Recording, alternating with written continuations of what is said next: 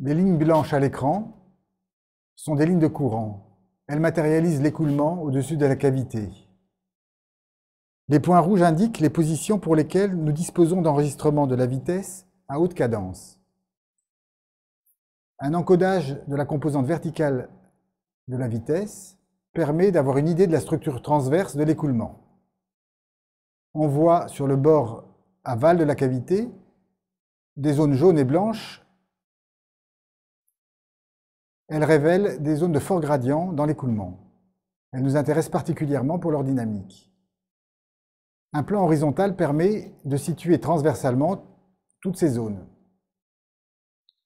Nous allons nous intéresser à celle qui est la plus proche de nous et qui correspond au point rouge juste au-dessus de la cavité.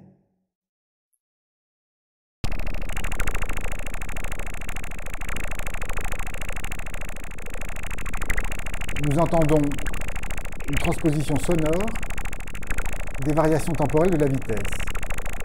On y entend les instabilités de la couche de mélange qui sont modulées à basse fréquence. Si l'on change la métamorphose sonore,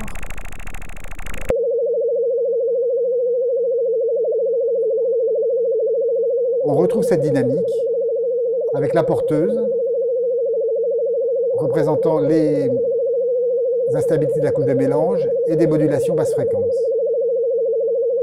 Plongeons maintenant dans la cavité, au-dessous de la couche de mélange.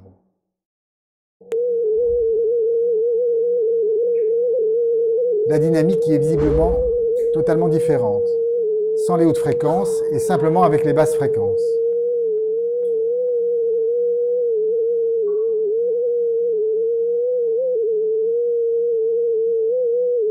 Considérons maintenant la symétrie de l'écoulement et prenons un point de l'autre côté de la cavité.